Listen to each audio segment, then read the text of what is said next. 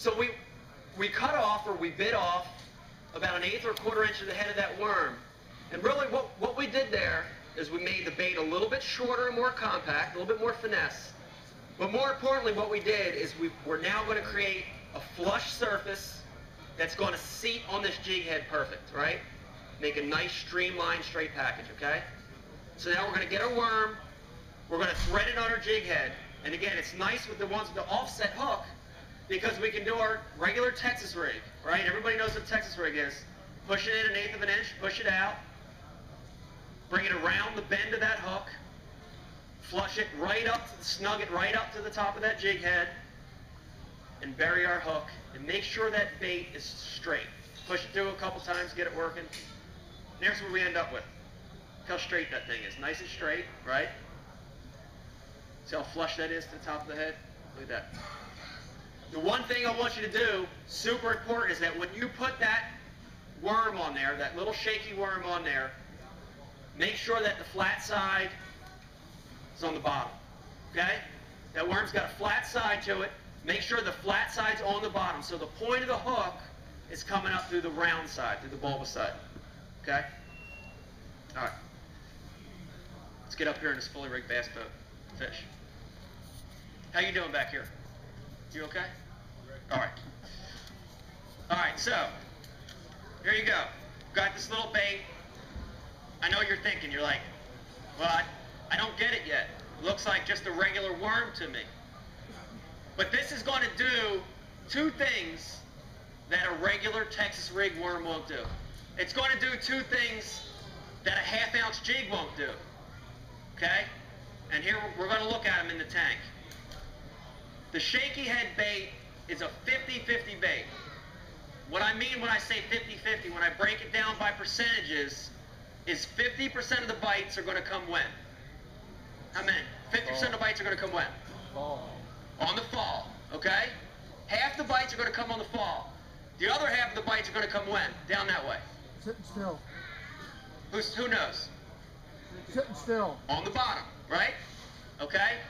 So this half of the room, you're the fall. Down there, you're the bottom. I like bottoms. It's okay. Like female bottoms. All right. The bottom, the fall.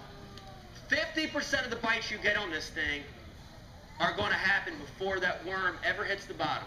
Think about that. That's a lot, isn't it? Half of your bites are going to come before this thing ever hits the bottom. The other half are going to come on the fall. All right, so on the bottom. So let's look at the fall first, okay? So we're going to cast this bait. And remember now, we've got this little rod and this little line, and we're going to talk about that in a second. And we've got this little bait, and everybody's inclination when you got something like that is, oh God, look at that beautiful rock. Look at all the fish.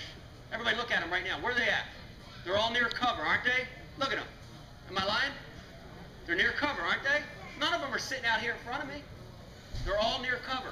And when you have this little sissy rod and that little bait, and you see that big stump or that big log or that big rock, oh God, you don't want to cast there because you don't want to break it off. So you're going to cast right here in this open water. Don't do that. Don't do that. You want to cast this thing in the same places that you're going to cast that big jig and that big spinner bait. Cast it near that rock, okay?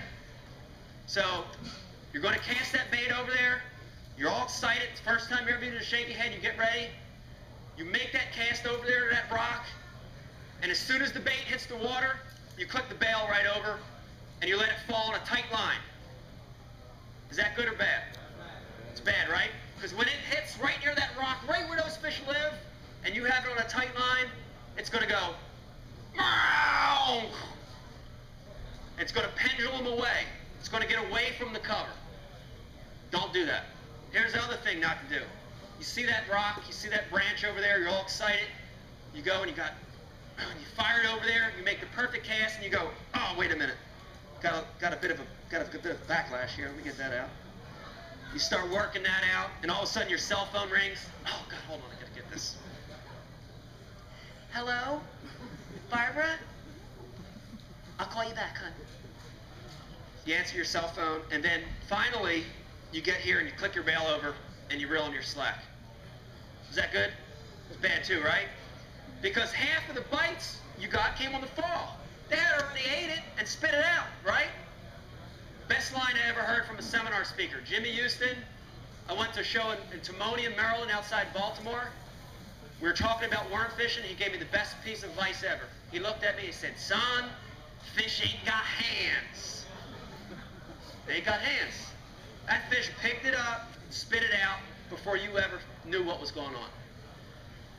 So when we throw that shaky head by that stump or that rock or that log, we want to throw it over there and we want to let it fall on semi-slack or controlled slack line, right? Semi-slack or controlled slack line. Here's all that means. When we throw over there by that piece of cover, we want to keep a slight bow in our line, right? Look at the bow in the line, okay? It's not tight. It's not super slack where I don't know what's going on. But it's controlled slack. It's a controlled slack line. And as that bait falls, I'm keeping that slight bow in the line. Here's how you do it. It's real easy. If you're fishing water that's 0 to 12 foot deep, you can do it with your body and your rod, right? You throw that bait out there, you click your bail over. As it's falling, use your body and your rod, lean forward to maintain that slight bow in your line. Boom. Bait hits the bottom, line bellows out. If you're in water that's deeper than 12 foot, 15, 20, 25, 30, we're not tall enough. Our rod's not long enough to maintain that semi-slack. So we're going to use the feathering technique. How many people know about the feathering technique with casting reels, right? Same thing with a spinning reel. Throw that John out there, leave your bail open, just like that. Let that line run through your thumb and index finger. I know you want it, relax. I'm going to catch you in a second. Chill. Let that line run through your thumb and index finger to maintain that slight bow in the line, right? Semi-slack line, controlled slack. And 50% of the time when we throw it over there by that rock, we make that perfect cast over there, we let it fall to controlled slack line. 50% of the time before that thing ever hits the bottom, that line's going to go thunk, and we're going to go whack, and we're going to set the hook and catch that fish, okay? 50% of the time. That's a lot. All right, now let's look at, and here's the key before I get to the bottom. Why are fish eating that bait on the fall? Why is this shaky head so special? Here it goes. You ready? Wu had his Texas rig worm, and he threw over there by that rock, and he had it on a 3/8 ounce bullet weight, and when it sunk down, it went like that. And Denny Brower came by that rock next. He threw his 1/2 ounce jig over there, and it hit the water, and it went But what about a shaky head, right?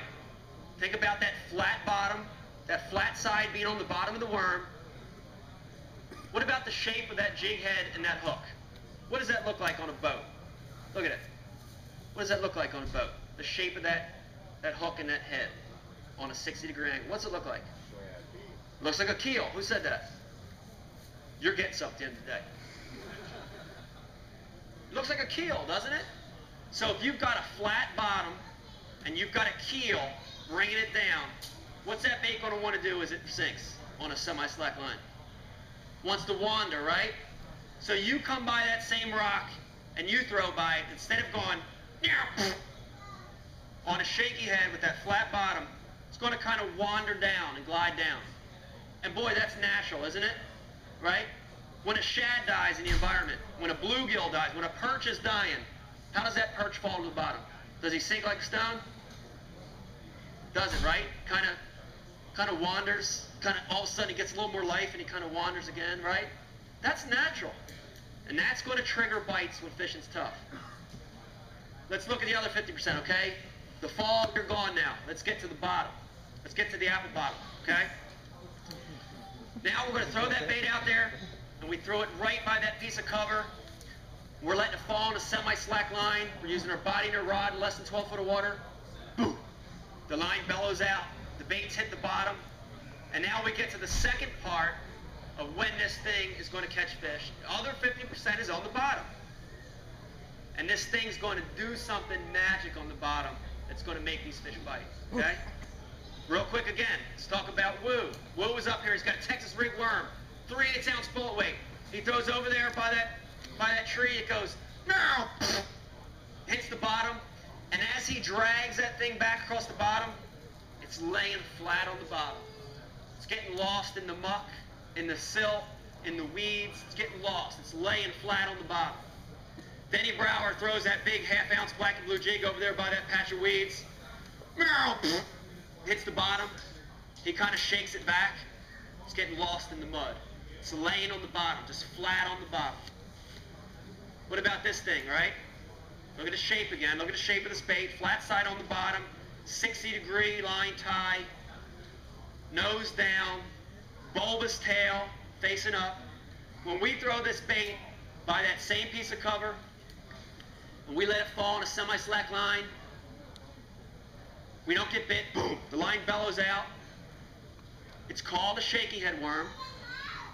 We're going to get our rod, we're going to get our hand, and we're going to do what with the worm? It's called a shaky head worm. What are we going to do with a rod tip? We're going to shake it! Woo! We're going to shake it. We're going to get our rod tip, we're going to shake that bait. We're going to shake that worm. We're going to make it shake. That little tail's going to go crazy, it's going to shake around. But here's what this thing does that all those other baits don't do. Nose down, 60-degree line tie, flat side, tail up. It looks like this on the bottom. Did you ever know the answer in school? The teacher asked the question, you knew the answer, and you wanted to answer it really bad. What did you do? Come on, tell me. Right like that, right? Oh, I know! Pick me! That's what this shaky head's going to do on the bottom. Nose down, tail up, off the bottom, out of the muck, out of the sand, attracting attention. Totally different than what all those other 200,000 guys in front of you were doing, right? And that's why this thing catches fish. Throw it by the cover. 50% of the time on the fall, you're going to get a bite before it ever hits the bottom. Semi-slack line. Once it hits the bottom, shake your rod tip, shake it around, let that tail get up there. It's going to stand nose up, tail down. Look at them, they want to eat it so bad. Is that a trout? A trout like this thing. Shaky head fishing. It's awesome. Any questions on the bait or the technique? I'm going to start talking about the rod and line.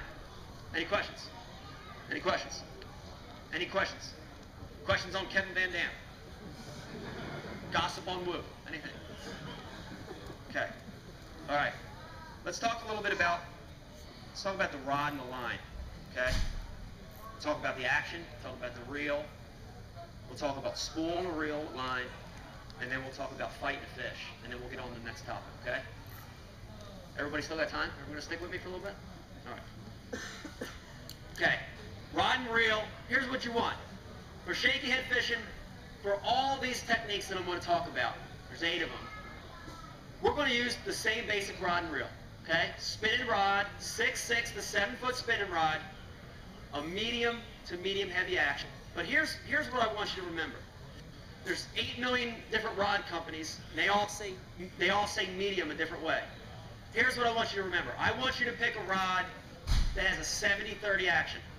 Okay, 70-30. Here's all I mean by that. Check this out. Put a little load on this. I'm going to grab the bait. I'm going to put a little load on the rod. Look at the bend in that rod. Look at the bend in that rod, okay? Check it out. Look at the bend in that rod. Check it out. Okay, when I put a load on that rod, look at it. Right there from about the 5th guide up, you've got bend, right? From about here up. You videotaping this? I am. Hi, Mom! I like turtles. I like turtles. It's good, you know it's going to end up on YouTube or somewhere crazy. People are going to think I'm a nut.